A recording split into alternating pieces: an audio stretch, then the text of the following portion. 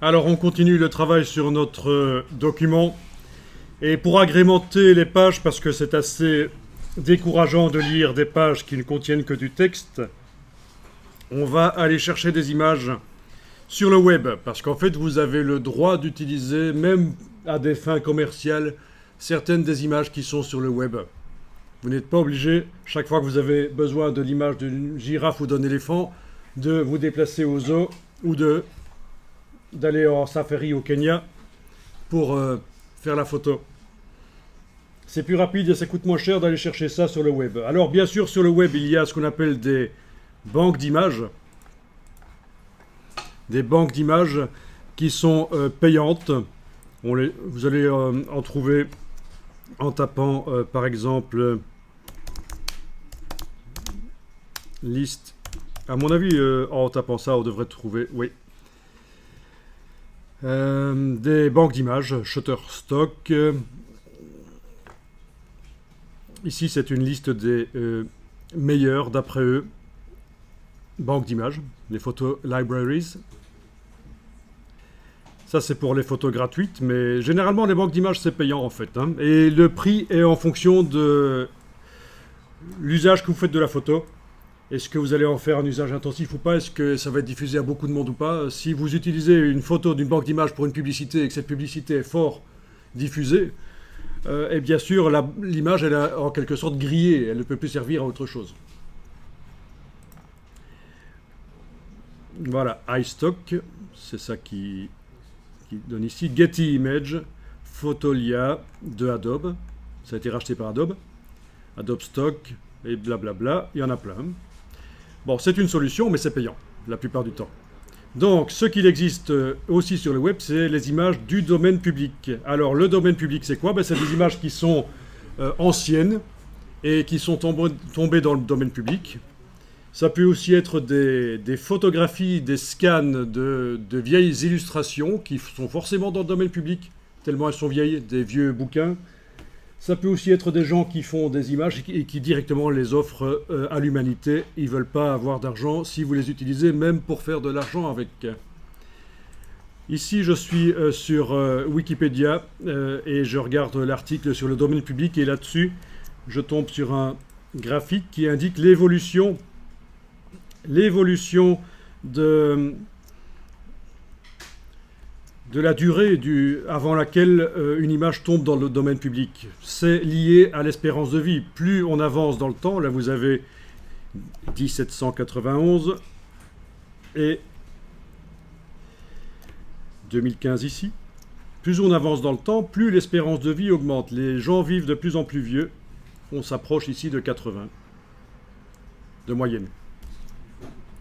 Et au fur et à mesure, régulièrement, on augmente le temps qu'il faut avant qu'une image tombe dans le domaine public. C'est logique. Hein, après la mort de l'auteur.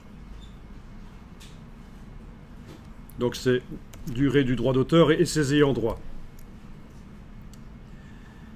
Mais bon, donc il y a des images qui naturellement tombent dans le domaine public. Récemment, il y a de ça 2-3 ans, il y a les dessins animés Popeye qui sont tombés dans le domaine public par exemple.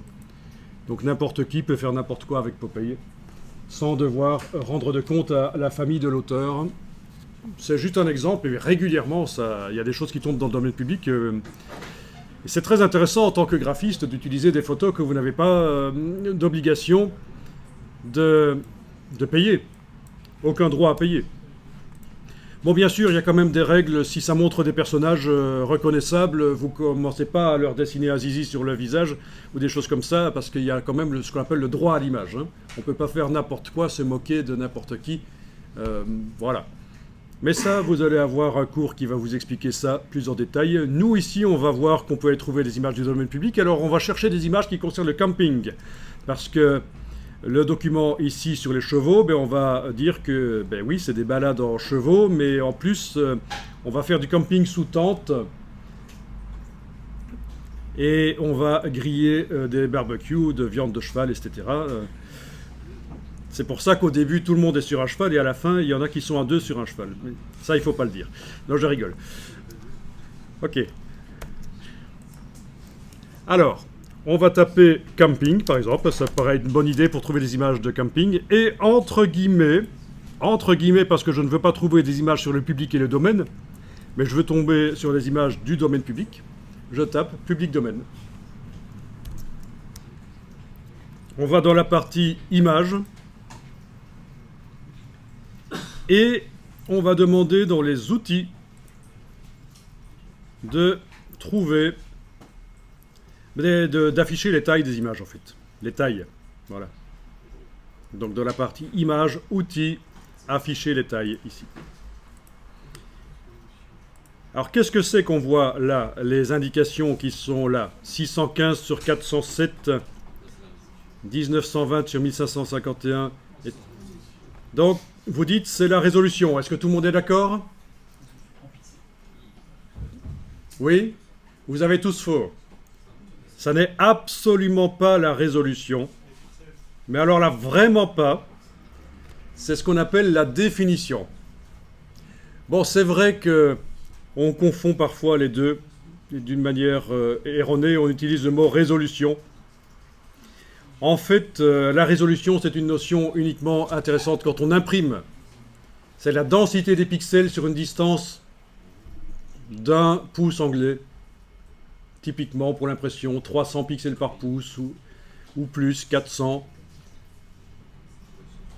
Mais ici, c'est ce qu'on appelle la définition, c'est-à-dire la précision des images.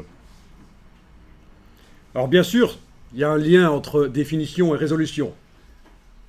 Disons que plus il y a de pixels dans une image, plus je pourrais l'imprimer en grand, sans que ça devienne flou. Bon, il ne fallait pas être un génie pour trouver ça. Alors, nous, on va demander à Google de nous montrer des images qui ont une bonne définition. Donc, à la rubrique ici, taille, on va demander supérieur à, par exemple, 4 mégapixels, 4 millions de pixels. Quand vous multipliez 2272 fois 1704, on obtient à peu près un chiffre qui est proche de 4 millions. C'est ça. D'accord? Donc là, vous comprenez, vos appareils photo, vos smartphones qui ont des capteurs 8 mégapixels ou des choses comme ça, 20 mégapixels. C'est le nombre de pixels dans l'image. Bon, pour les appareils photo, il y a une petite astuce. Parfois, ils n'indiquent pas le nombre de pixels en couleur, c'est un peu trompeur. Ils indiquent le nombre de photosites sur le capteur, mais bon. Allez, passons.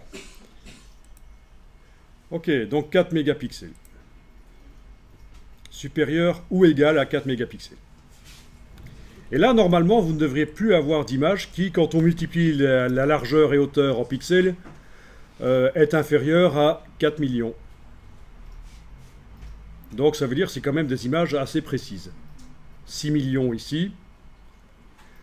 Là, on doit être à 7,5 millions à peu près. Alors ça ne veut pas dire j'arrête, parce qu'il y a parfois des gens qui prennent des images pourries, qui multiplient les pixels dans Photoshop et qui mettent ça sur le web.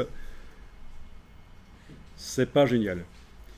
Alors, quand c'est des images qui viennent de Wikipédia, Wikimedia, c'est d'office du domaine public, il n'y a pas à se poser de questions. Si ça vient d'autres sites, il vaut mieux aller vérifier sur le site quelles sont les conditions d'usage de l'image. Parce qu'il y a des petits malins qui mettent des images sur le web en indiquant dans les métadonnées « Not in public domain ».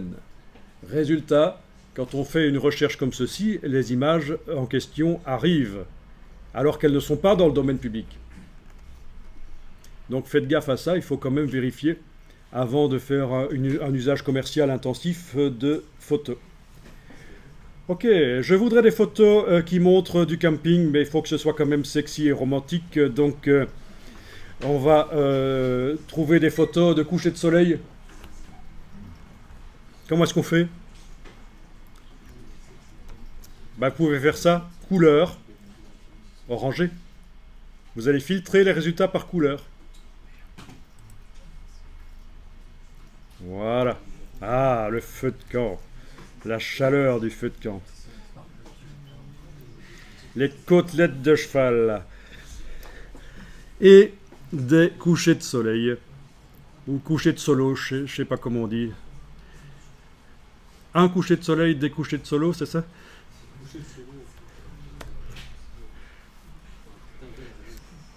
Ok, donc je repère des images qui sont pas mal. Je vais faire un commande-clic sur le Mac sur l'image pour l'ouvrir dans un nouvel onglet. Comme ça, je ne quitte pas ma page des résultats. Ceci n'est pas l'image, hein, comme disait Magritte. Ceci n'est pas l'image que vous allez télécharger. L'image que vous allez télécharger, c'est celle qui s'affiche quand vous demandez à afficher l'image. Voilà, ça c'est pas mal. Quand on clique, on voit en zoom. Peu importe si vous êtes en zoom avant ou arrière au moment où vous téléchargez. Clic droit, enregistrer l'image sous. Et vous allez l'enregistrer dans un dossier sur le bureau. Donc sur le bureau, d'abord vous déployez la boîte. Si vous avez une mini boîte comme ça, Rikiki, vous la déployez comme ça. Là. Bureau. Dans le bas ici, on va cliquer nouveau dossier. Je vais appeler ça image camping. Pas camping, idiot. On a dit camping, voilà. Continue comme ça, tu vas être viré. Créer. Et on enregistre. Alors bien sûr, ça des images JPEG. La plupart du temps, c'est pas conseillé de faire des mises en page avec du JPEG. C'est un format final, bon pour le web. Mais enfin, comme mon employeur a refusé de me payer le camping ce week-end dans le parc Yosemite, ben je suis bien obligé d'aller chercher sur Internet. Donc c'est du JPEG. Voilà, c'est comme ça. Mais enfin, du JPEG avec autant de pixels, c'est pas très grave. Il y a peu de chances que la qualité soit pourrie. C'est surtout les petites images JPEG qui ont des problèmes, mais les grandes, ça va. Hein. Je reviens sur ma page des résultats, je vais quand même en télécharger d'autres. On va essayer de trouver des choses pas trop moches. Téléchargez-en 5, c'est bien.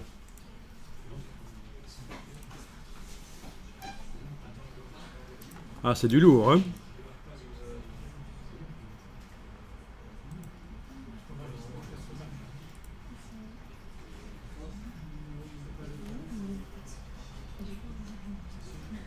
Télécharger des photos.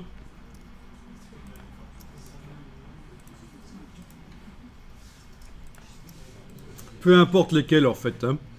C'est pas très grave si les photos... c'est pas exactement ce que vous utiliseriez dans une vraie publication. Bon.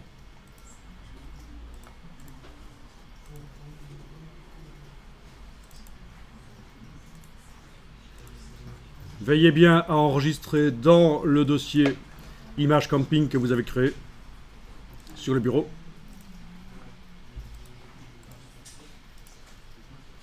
Excellent, ça fait plutôt film d'horreur que camping, ça, mais c'est pourquoi pas. Ok, donc si je vais voir sur mon dossier, j'ai les images camping qui sont là.